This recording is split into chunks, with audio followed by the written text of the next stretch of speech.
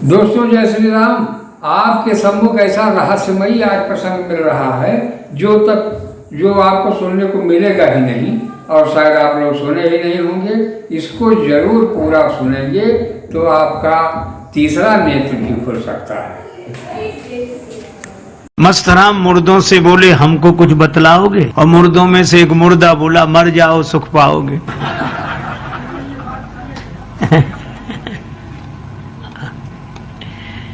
अच्छा देखो, मैं आपसे एक बात पूछूं, आप चलते हैं दौड़ते हैं, अच्छा एक बात बताओ, दौड़ने में ज्यादा आराम है कि चलने में? चलने में। दौड़ने की अपेक्षा हम लोग चलें तो आराम है, दौड़ने में नहीं, दौड़ने से ज्यादा चलने में आराम है। अच्छा चलने में ज्यादा आराम है कि बैठने में? तो कहेंगे बैठने में ज्यादा आराम। अच्छा एक बात बताओ, बैठने में ज्यादा आराम है कि लेटने में? लेटने में। बड़ा बिल्कुल सही। दौड़ने से ज्यादा आराम बैठने में, बैठने से ज्यादा आराम दौड़ने से ज्यादा आराम चलने में, चलने से ज्यादा आराम बैठने में, बैठने से ज्यादा आराम लेटने में। अच्छा लेटने में ज्यादा आराम है कि सोने में? नींद नहीं आती तो कहते नींद आ जाए बस, तो लेटने से ज्यादा आराम है सोने में। अच्छा अब एक बात बताना, सोने में ज्यादा आराम है कि मरने में? कहते अरे महाराज ये कहाँ की बात कर रहे हो, ये यहीं तक ठीक है, यहीं। मैं उस मरने की बात नहीं कह रहा, मैं यह कह रहा हूं, आपने देखा होगा नदी में जब डूबता है जिंदा आदमी डूबता है, मुर्दा डूबता ही नहीं है। इसका अर्थ यह है कि जिसका अहंकार जिंदा है वह जीवन की संसार की सरिता में डूब जाता है, और जिसका अहंकार मर गया वो स्वयं भी पार होता है, अनेकों को पार ले जाता है।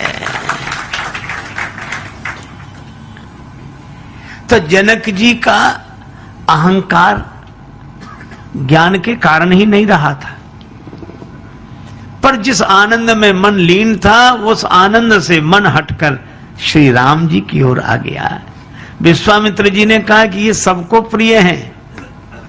राम जी ने सोचा बड़ी कठिनाई, जहां मिल जाए दो ज्ञानी वहां सगुण भगवान को बड़ी परेशानी। एक कहते हैं, जब विश्वामित्र जी ने पूछा ये आपको कौन लगते हैं? जनक जी बोले हमें तो ऐसा लगता है कि ब्रह्म है। विश्वामित्र जी ने कहा ब्रह्म तो एक है, ये तो दो दिख रहे हैं। का उभय वेश धर की सोई आवा, दो रूपों में आ गए। अच्छा ब्रह्म इंद्रियों का विषय नहीं है, ये इंद्रियों के विषय दिखाई दे रहे हैं आपको।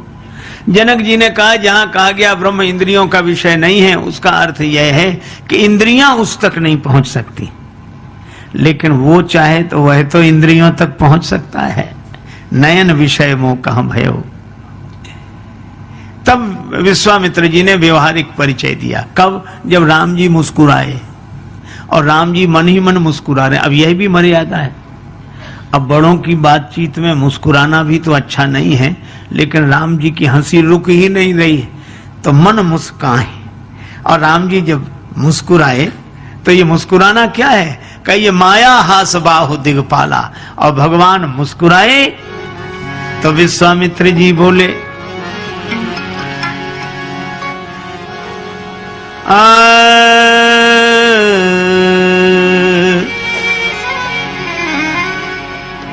यह अयोध्या नरेश महाराज दशरथ के पुत्र हैं।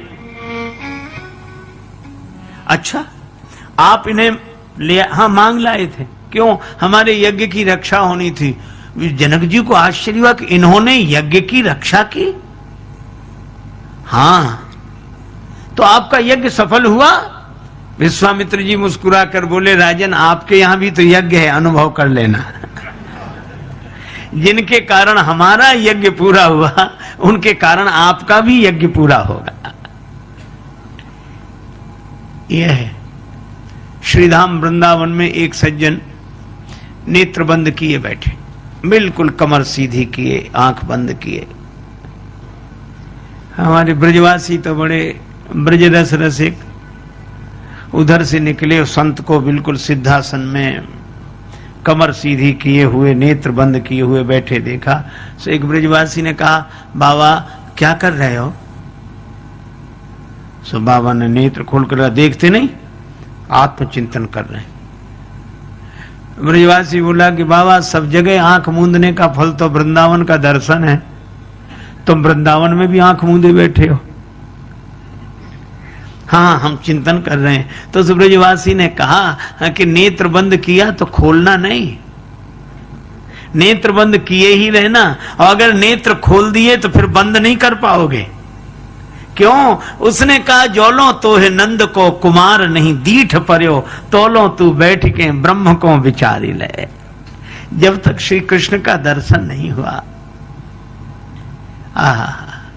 इसीलिए भगवान श्री कृष्ण का एक नाम है आत्मा रामाकर्षी। आप तो काम पूर्ण काम आत्मा राम महात्माओं के मन को भी अपनी ओर जो खींच ले, वे भगवान। बड़े बड़े मुनि भगवान के इस रूप रस माधुरी का पान करते हैं। जनक जी विश्वामित्र जी सहित सब मुनि मंडली को लेकर चले। अब ठहराएं कहां? अब जनक जी ज्ञानी और ज्ञानियों का नगर, आ गए सगुण भगवान, कहां ठहराएं? तब तुलसीदास जी कहते हैं, सुंदर सदन सुखद, सुंदर सदन सुखद, सब काला तां बास ले दीन भुवाला बास ले दीन।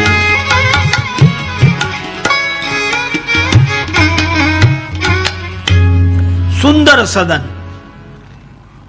आहा, सुंदर सदन की विशेषता क्या? सभी ऋतुओं में सुखद, तहां बास लय दीन, लेकर दिया। ये भवन किसी का था, लेकर दिया।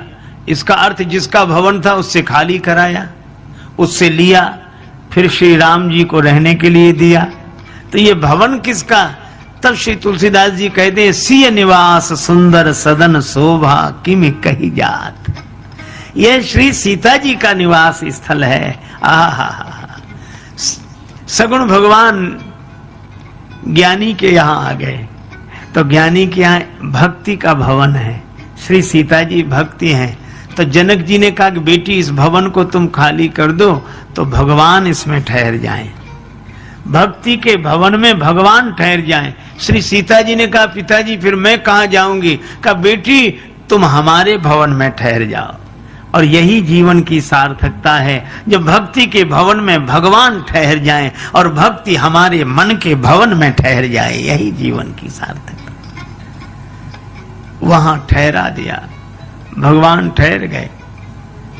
आहा, और जहां भगवान ठहर जाए तो सभी भगवान से नाता जोड़ते हैं। एक भक्त ने कहा, हे विधना तो से अचरा, ओ राम हे विधना तो से अचरा, पसारी मांगू जन्म जन्म दीजो मोही,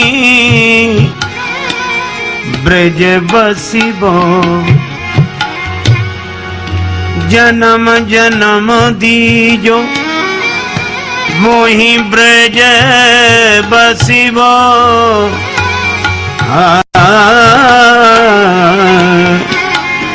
हे तो से अचरा,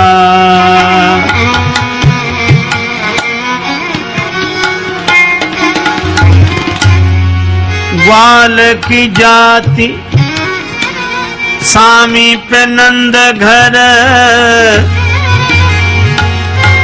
नंद नंदन संग हिली मिली रही वो,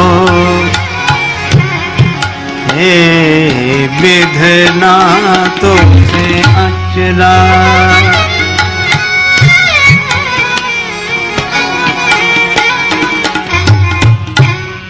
हे विधाता, मुझे जन्म दे तो वृंदावन में, ब्रज में। आहा, जन्म जन्म दीजो मोहि ब्रज बसिवो, मानुस हो तो वही रस खान बसों ब्रज गोकुल गांव के ग्वारन, और जो पशु हो तो कहा बस मेरो चरो नित,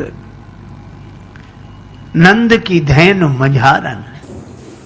तो प्रिय दोस्तों, आप सबने अभी जो सुना, ये कितना रहस्यमयी हास्य प्रसंग आपके सम्मुख रहा। आपने पूरा सुना होगा तो आपको खुद ही एहसास हुआ होगा कि ये हास्य प्रसंग, हास्य कथा कितनी मार्मिक और कितनी रहस्यमयी और हृदय को झकझोर देने वाली तथा आपके 10 इंद्रियों को जागृत कर देने वाली जो हास्य कथा के रूप में प्रसंग में आपको मिला। आपने देखा हमारे स्वामी राजेश्वरानंद की जो ये हास्य कथा थी, आपको किस प्रकार से क्या प्रेरणा देती है, इस पर आप लोग विचार स्वयं करें तथा वीडियो को हमारे जो चैनल पे आ रहे हैं, आप इसको पूरा जब सुनेंगे तो ही हमारे आनंद आपको सारे वीडियो हमारे प्रोग्राम के आपको मिल पाएंगे। अन्यथा आप लोग परेशानी और समस्याओं में तो जूझ ही रहे हैं, क्योंकि जीवन और संसार भौतिकता का युग हो गया है। तो इन हास्य कथाओं के माध्यम से आपके ज्ञान के जो चरम शिखर हैं उनको खोल देने वाला है और आपकी ज्ञान पताका लहराना शुरू हो जाएगी और आपके अंतःकरण पवित्र होते जाएंगे तथा भगवान की तरफ आपका ध्यान लगेगा और जिससे कि मनुष्य का कल्याण हो सकता है।